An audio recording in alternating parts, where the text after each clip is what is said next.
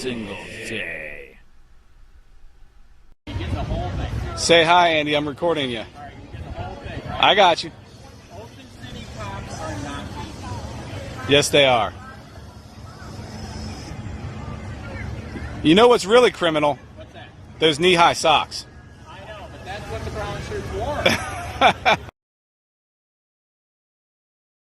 Subject: Recent freedom of speech ease. Attachment: Wood 6 CIR Free Speech Case, 014888944.pdf. Good afternoon. It is likely that the self-proclaimed free speech experts will soon be quoting to you the recent decision of the United States Court of Appeals for the Sixth Circuit in Wood v. Eubanks. The U.S. Court of Appeals is the highest federal appellate court, just below the U.S. Supreme Court. In this case, Michael Wood was attending a public function, a county fair, wearing a shirt that said "F the police." The F word was spelled out on his shirt.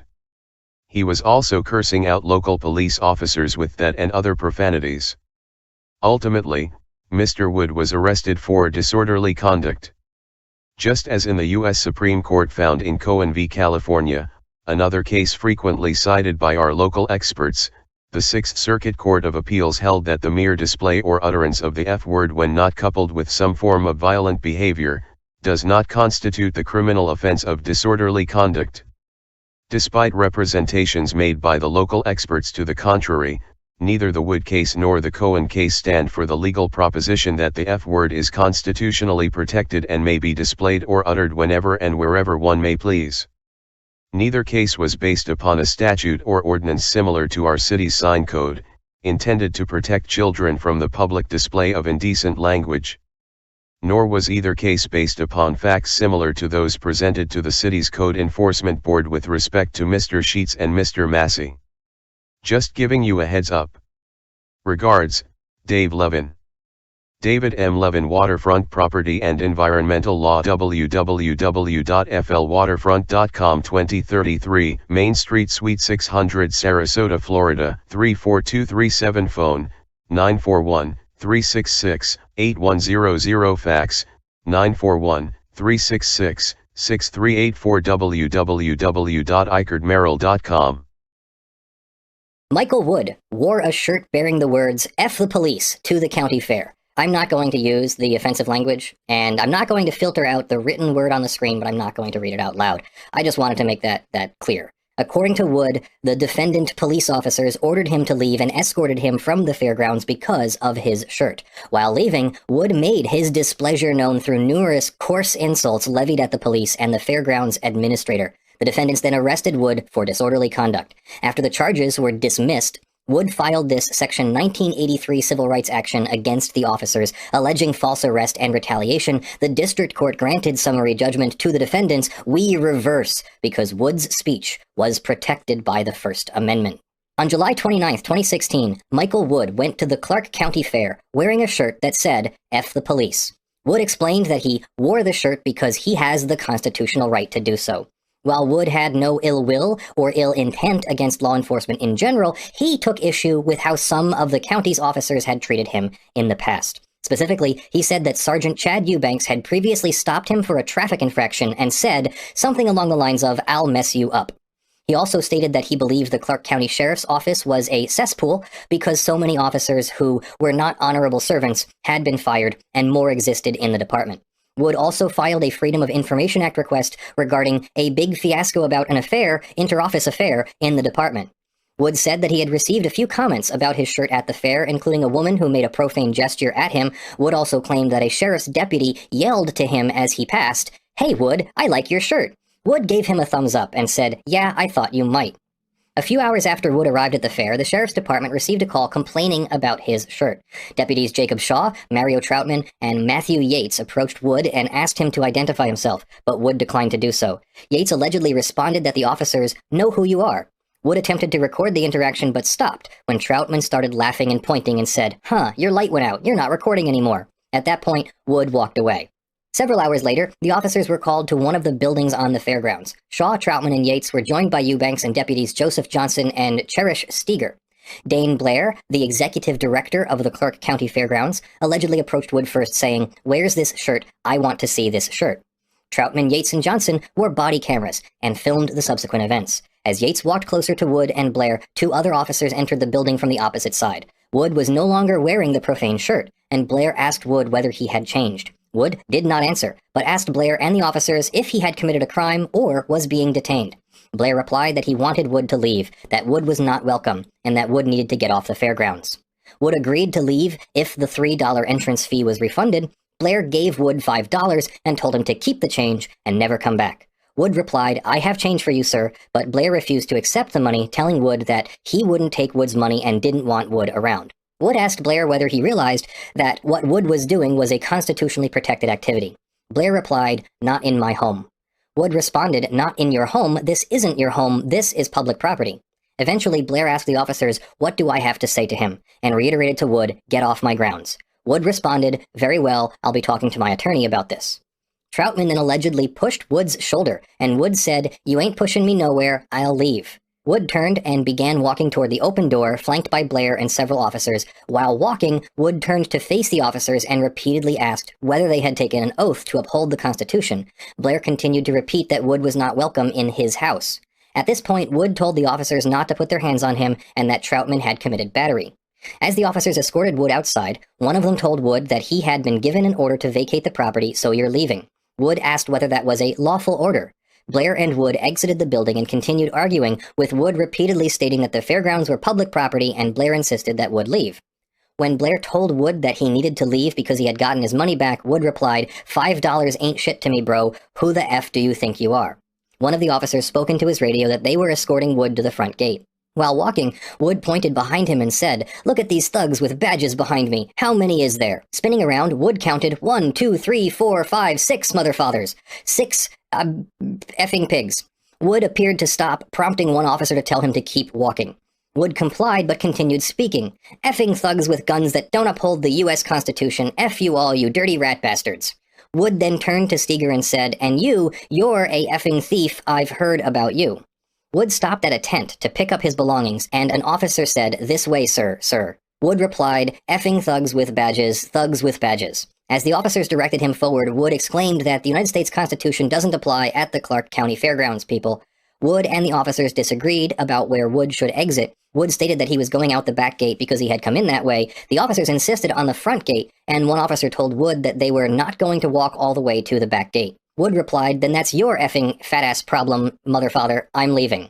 Wood turned and walked towards the back gate, with Blair and all 6 deputies following. The officers began discussing whether they could arrest Wood for disorderly conduct and disturbing the peace. One officer asked another how long they were going to allow Wood to keep talking. The officer replied that we could do disorderly conduct. Blair, catching up with Wood, turned and said to the officers that Wood was disturbing my peace and shouted, "Charge him." One officer asked the others what they should do, commenting that Wood was talking the whole way out the door and he's still talking. Another officer said, "Well, make an arrest," to which another asked, "Make an arrest?" So Blair and Wood walked in front of the officers, continuing to argue. Although difficult to discern from the audio on the body cameras, Wood asked Blair, "Have you ever effing served this country?" To which Blair replied, "Yes." "Bullshit. In what? The Air Force? Effing flyboy?" Wood then turned around and said to Troutman, "Look at this BS. You're one big man, ain't you, motherfather? You got 8 pussies with patches behind you." Blair commented, "You got a lot of mouth." Wood replied that Troutman wants to effing batter him, and Wood planned to press charges. Blair turned to Troutman and said, "I'm your witness, that's BS." Wood continued to insist that Troutman had touched him and asked whether they knew what the legal definition of battery is. Blair repeated, "You got a lot of mouth, boy." Wood retorted, shouting, "Do you know what the legal definition of battery is? Then try to find out." At that point, the officers arrested Wood for disorderly conduct. On the way to jail, an officer said to Wood, "How's that work? You got a shirt that said F the police, but you want us to uphold the Constitution." He was charged with disorderly conduct and obstructing official business. The prosecutor later dismissed both charges, apparently because the state was unable to locate necessary lay witnesses to the incident in time for trial to show that Wood's words and conduct amounted to fighting words under the First Amendment. This is going to be very important later. Wood filed this 42 U.S.C. Section 1983 action against all 6 officers involved in his arrest, Eubanks, Shaw, Troutman, Yates, Johnson, and Steger, alleging numerous constitutional violations. The defendants moved for summary judgment, and the magistrate judge recommended granting the motion as to all but 2 of Wood's claims, the unlawful arrest and First Amendment retaliation claims. The district court disagreed in part, concluding that the officers were protected by qualified immunity on the false arrest claim, and that there was insufficient evidence of retaliation, so the court granted summary judgment to defendants on all claims. Wood timely appealed the dismissal of his false arrest and retaliation claims. So the summary judgment motion was denied, some of the claims were dismissed, and now we are appealing that.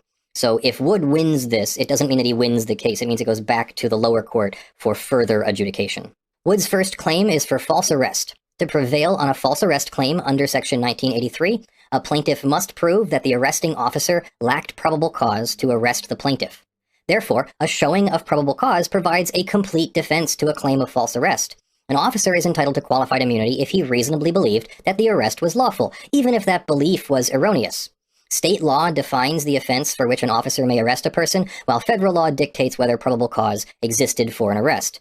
Because there was no probable cause to arrest Wood for his conduct, and because Wood's right to be free from an arrest was clearly established, the officers are not entitled to qualified immunity, and the court will explain below.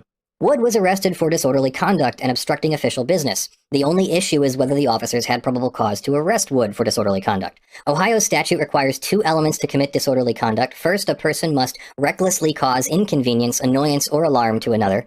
And second, the person must cause this disturbance by engaging in specific enumerated conduct. Here, the alleged specific enumerated conduct is making unreasonable noise or an offensively coarse utterance, gesture, or display, or communicating unwarranted and grossly abusive language to any person. The Ohio Supreme Court has clearly established that a person may not be punished for disorderly conduct unless the words spoken are likely by their very utterance to inflict injury or provoke the average person to an immediate retaliatory breach of the peace. In other words, the statute requires that the speech in question constitute fighting words.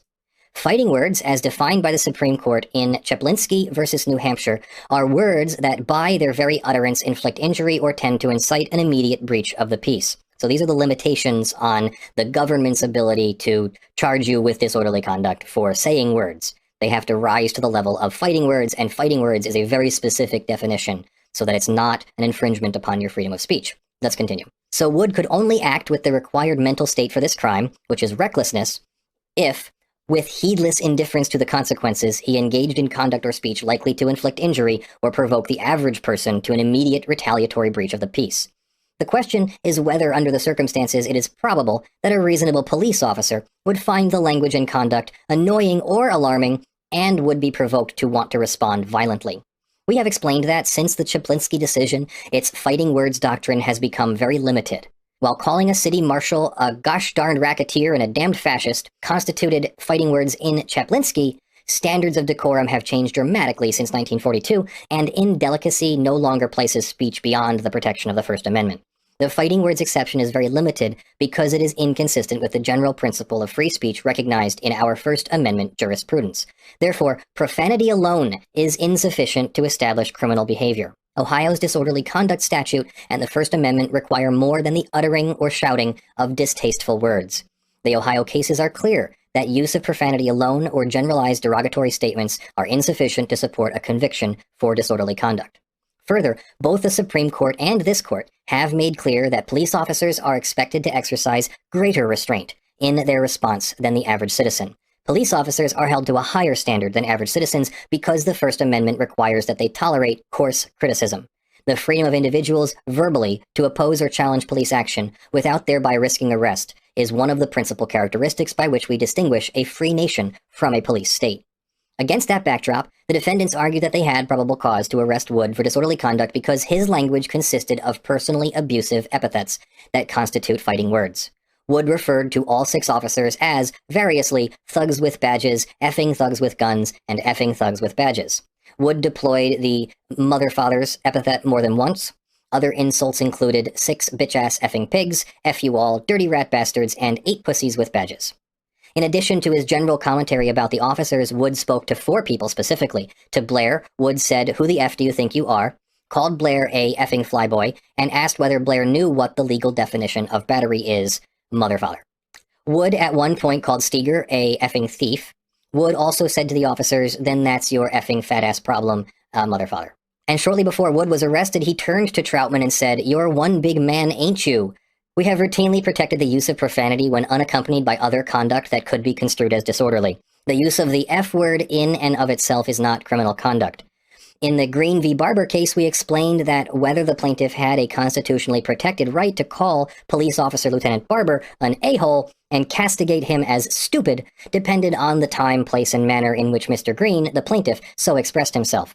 While it was clear that the Constitution gave Mr. Green no license to interrupt the transaction of public business by loud animadversions on Lieutenant Barber's personality and mental capacity, we held that standing alone, the fact that Mr. Green's remarks were unflattering to Lieutenant Barber clearly gave Barber no license to abridge Mr. Green's freedom to speak as he did. We held that Mr. Green's characterization of Lieutenant Barber as an a-hole was not egregious enough to trigger application of the fighting words doctrine, because it is hard to imagine Mr. Green's words inciting a breach of the peace by a police officer whose sworn duty it was to uphold the law. Likewise, we held in DD versus Skeeler that saying F the police and referring to officers as useless and idiots did not rise to the level of fighting words, in part because the epithets were no worse than the speech protected in a previous case, were not beyond coarse criticism, and were not designed to provoke the officer. We have held that similar speech is protected by the First Amendment when unaccompanied by other conduct, which is consistent with the rule that fits of rudeness or lack of gratitude may violate the Golden Rule, but are not illegal, punishable, or, for that matter, grounds for a seizure. There's other cases cited here. Calling an officer a-hole and idiot are not fighting words. Officers patently without probable cause to arrest an 11-year-old girl who raised her middle fingers towards an adult male police officer because those circumstances did not create a situation where violence was likely to result. Calling an officer a son of a bitch and a fat slob seems to be the type of speech that the First Amendment protects, because even crass language used to insult police officers does not fall within the very limited, unprotected category of fighting words. No probable cause to arrest a man for disorderly conduct under Ohio law where he said F you 4 or 5 times to a police officer while holding a knife. Telling elected officials that's why you're in a gosh darn lawsuit was not, as a matter of law, likely to cause a fight. Using foul language, cussing, ranting, and raving about a prior dispute to a police officer does not constitute fighting words, because even such strong language is accorded the full protection of the First Amendment, and shouting F you and extending middle fingers to abortion protesters was also protected by the First Amendment. We have been equally clear that behavior involving more than mere epithets provides probable cause for a disorderly conduct arrest. In Harris versus United States, a man approached a DEA agent in an airport and said, "I don't appreciate you and your monkeys following me, and if you keep it up, I'll rip your head off." Another officer who overheard the comment approached the man, and he pushed her. Speech aside, by threatening the officers with physical violence and by making threatening gestures, the man provided the officers with the necessary probable cause to charge him with disorderly conduct. So it's the fighting words plus the ability to carry out the fight, plus some kind of actual gesture that backs up the threat of the physical misconduct. In another case, Gustafsson, sufficient evidence to support a judgment that defendant was guilty of disorderly conduct where he waved his finger approximately 1 inch from the faces of the officers after being warned to stop. Another one, Hadjadorn, probable cause to arrest a woman because her tirade was inappropriately loud and disturbed neighbors, but not because she employed profanities. Similarly, we have repeatedly held that the state can punish an individual whose act of speaking by virtue of its time and manner plainly obstructed ongoing police activity involving a third party. In this case, in the Schleiwa case, it is abundantly clear that Mr. Schleiwa was arrested for bleeding on those around him and threatening Officer Toro, regardless of the fact that he used profanity. Back to Wood's case. While Wood's speech was profane, the circumstances did not create a situation where violence was likely to result. None of the officers reacted with violence or appeared to view Wood's words with an invitation to exchange fisticuffs. In Texas v. Johnson and Cohen v. California, speech not fighting words, where there was no showing that anyone who saw Cohen was in fact violently aroused, or that appellant intended such a result. Wow, violently aroused. There's so many places to go. And we'll skip some more of this because the citations are numerous and they're getting a little old. And if violence had resulted, the officers would be facing more claims than they are now. We therefore conclude that the First Amendment protected Wood's speech, and thus his disorderly conduct arrest lacked probable cause. This conclusion is consistent with those of other circuits who have considered similar issues. Relying on Ohio State Court decisions applying Chaplinsky, defendants, the officers, contend, and the district court agreed, that swearing at a police officer alone constitutes disorderly conduct. Although Ohio state law appears discordant with our own, our case law requires that, for the purpose of examining a claim of qualified immunity from a 1983 cause of action, we turn only to federal court precedent for evaluating whether police officers have probable cause to effectuate an arrest. State law defines the offense for which an officer may arrest a person, but federal law dictates whether probable cause existed for the arrest. See Sandel, holding that protected speech cannot serve as the sole basis for a violation of any statute. The defendants also argue that Wood committed disorderly conduct while continually yelling and cursing at Dean Blair, a civilian. The defendants cite a portion of the exchange where Wood appeared to question Blair's military service, but the defendants do not argue that questioning a person's military credentials amounts to fighting words. Rather, they focus on Wood's use of curse words, his proximity to Blair, and his hostile and agitated demeanor. As an initial matter, although the defendants refer to Blair as a civilian, they do not challenge the district court's determination that Blair is a quasi-state official, acting as the executive director of the Clark County Fairgrounds. As for the profanity, Wood called Blair a effing flyboy and, like the officers, a mother-father. These words alone do not provide probable cause to arrest Wood for disorderly conduct.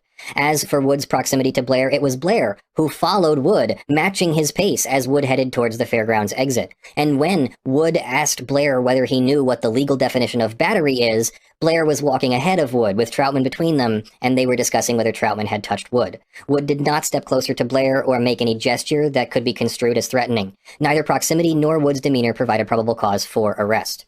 Regarding the claim that officers had probable cause to arrest Wood for yelling and screaming at Blair, the defendants provided no further argument or any case citations as to how that constituted disorderly conduct. Forfeiture aside, the claim is meritless. Even assuming, as the defendants argue, that the level of noise Wood was making could itself violate the law, under the statute's clear language, a disorderly conduct charge against him can only stand if he recklessly caused inconvenience, annoyance, or alarm by unreasonably making the noise.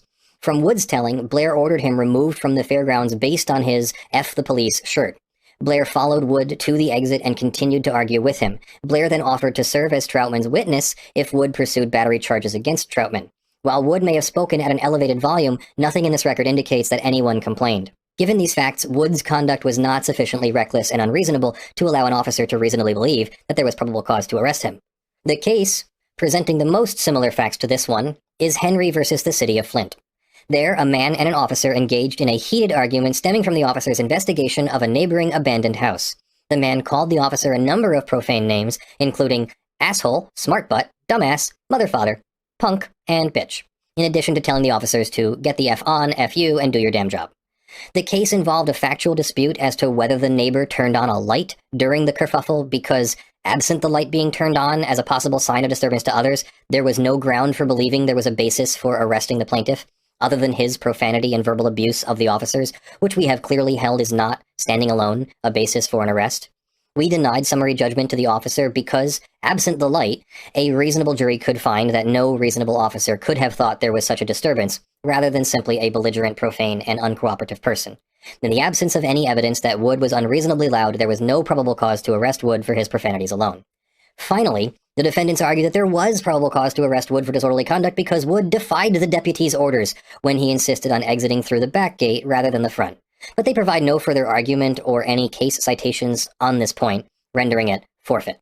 And regardless, refusing to follow police instructions constitutes obstructing official business, which the defendants did not pursue, either in the district court or on appeal. For these reasons, the officers lacked probable cause when they arrested Wood.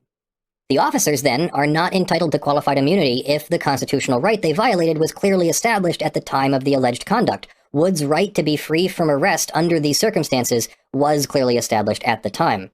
In Henry versus the City of Flint, we denied qualified immunity because there was no ground to believe there was a basis for arresting the plaintiff other than his profanity and verbal abuse of the officers, which we have clearly held is not, standing alone, a basis for an arrest. Henry was decided in 2020, so the defendants contend it cannot clearly establish Wood's right to be free from an arrest in 2016. But Henry did not represent a change in the law. Henry relied on our decisions in Green v. Barber and Kennedy versus City of Villa Hills, which we decided in 2002 and 2011, respectively. In Green, we held that the plaintiff's right not to be arrested for insulting a police officer was clearly established. Same for Kennedy. Although the plaintiff in that case used coarse language, he did not pose a risk of public alarm because there were no third parties whom an arrest would protect, or whom the plaintiff disturbed. We said then that the First Amendment requires police officers to tolerate coarse criticism, and even crass language used to insult police officers does not fall within the very limited, unprotected category of fighting words. Beyond Green and Kennedy, we already made clear by 2016 that profanity alone is insufficient to constitute fighting words under Ohio's disorderly conduct statute, and they cite to a bunch of cases that we looked at above. Given this backdrop, it was clearly established in 2016 that there was no probable cause to arrest Wood for disorderly conduct. Wood also asserts a First Amendment retaliation claim. To prevail, Wood must demonstrate 3 elements: 1, that he engaged in constitutionally protected speech; 2, that he suffered an adverse action likely to chill a person of ordinary firmness from continuing to engage in protected speech; and 3, that the protected speech was a substantial or motivating factor in the decision to take the adverse action. The district court granted summary judgment to the defendants after concluding that Wood had not suffered an adverse action, and there was no evidence of retaliatory animus from defendants based on plaintiff's t-shirt. As to the first element, the defendants do not contest that Wood's shirt was constitutionally protected speech, nor could they. Wood's F the police shirt was clearly protected speech. It is well established that, absent a more particularized and compelling reason for its actions, a state may not, consistently with the First and 14th Amendments, make the simple public display of a 4-letter expletive a criminal offense. On the second element, Wood demonstrated that he suffered an adverse action because the police officers escorted him out of the fairgrounds. Although we have held that a Fourth Amendment seizure amounts to an adverse action, Wood does not challenge the magistrate's determination, which the district court adopted, that he was not seized until the moment of arrest. As a footnote here, the Supreme Court recently announced an additional requirement holding that a plaintiff must plead and prove the absence of probable cause for the arrest to sustain a First Amendment retaliation claim. As we've concluded, Wood satisfied this requirement because probable cause did not exist for Wood's arrest. To determine whether removing Wood from the fairgrounds was an adverse action, we consider whether the action would deter a person of ordinary firmness from the exercise of the right at stake. We have emphasized that while certain threats or deprivations are so de minimis or minimal that they do not rise to the level of being constitutional violations, this threshold is intended to weed out only inconsequential actions and is not a means whereby solely egregious retaliatory acts are allowed to proceed past summary judgment. While mere threats are generally not sufficient to satisfy the adverse action requirement, acts that are more than a petty slight or minor annoyance suffice. They list some here: withholding an education transcript, issuing a stop work order, over-tightening a detainee's handcuffs.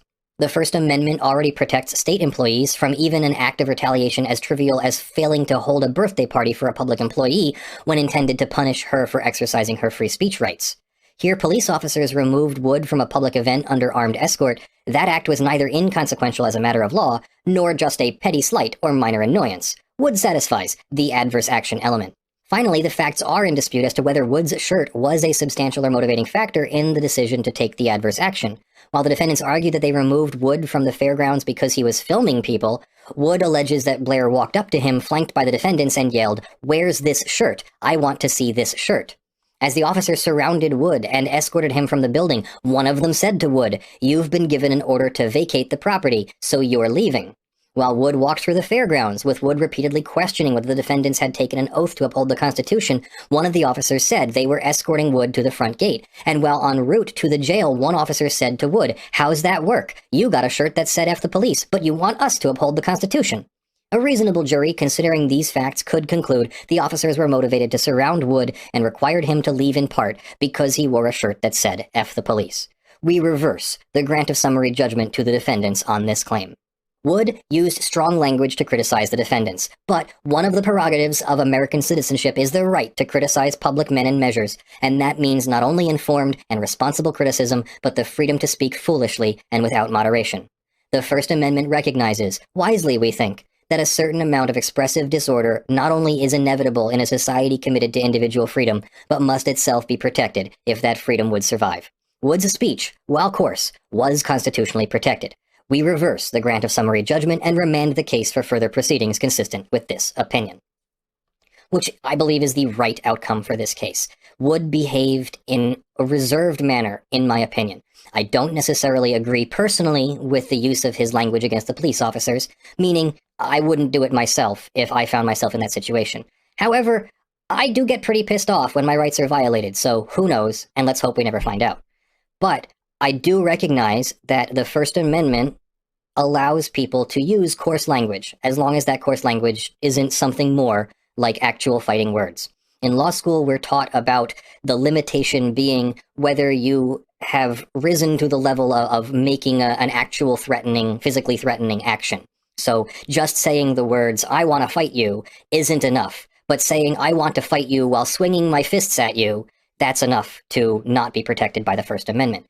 Wood didn't do anything physically threatening here. He actually seemed quite reserved for someone who was seemingly antagonizing police with his t-shirt. He actually removed the t-shirt before they came and found him. I don't know where he got another shirt from. It seemed like maybe one of the vendors at the fairgrounds, but he was wearing a different shirt.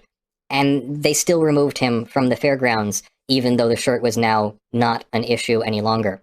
And he was pissed off about that, so he said some mean and nasty things to the police officers, and they just couldn't take being called names and spoken to disrespectfully. Well, you have the right to be disrespectful to police officers. Whether that's a good thing or a bad thing is for each of us to decide. Whether we would do it for ourselves is for each of us to decide, but you have the right to criticize police officers, to mock police officers. There is a line where you can't interfere with their investigation, you can't disrupt their actions in arresting someone else. So you can speak your mind and you should not be arrested. Not lawfully arrested. There is a saying, you can beat the time, but you can't beat the ride. You might get arrested even for your lawful speech because some police officers simply don't understand the law, or we can recognize that they are people who can be hot-headed as well, and they get provoked by these disrespectful words and act inappropriately by arresting someone or worse. This is the right result, and the police officers who arrested this man don't get qualified immunity. They're going to have to face some kind of punishment or required to make compensation to Mr. Wood for his false arrest or his unlawful arrest in this situation. I don't know how much money that's going to be, and there's probably going to be a settlement between Clark County, Ohio, and Mr. Wood to avoid having to go through with the case any further, so we might not really see the end of this case. This might be the end of the case. But right now, Mr. Wood's case is back down to the lower court, where the lower court will have to start assigning court dates and schedules and hearings and actually try the case, unless Mr. Wood wants to make a summary judgment motion of his own and potentially win the case that way. But we'll just have to keep an eye on the case and see what happens from here. But this is the big news. The big deal is that the officers are denied qualified immunity. The arrest was unlawful. Blair was not authorized to remove Mr. Wood. The officers should not have removed Mr. Wood, and they certainly should not have arrested him for disorderly conduct.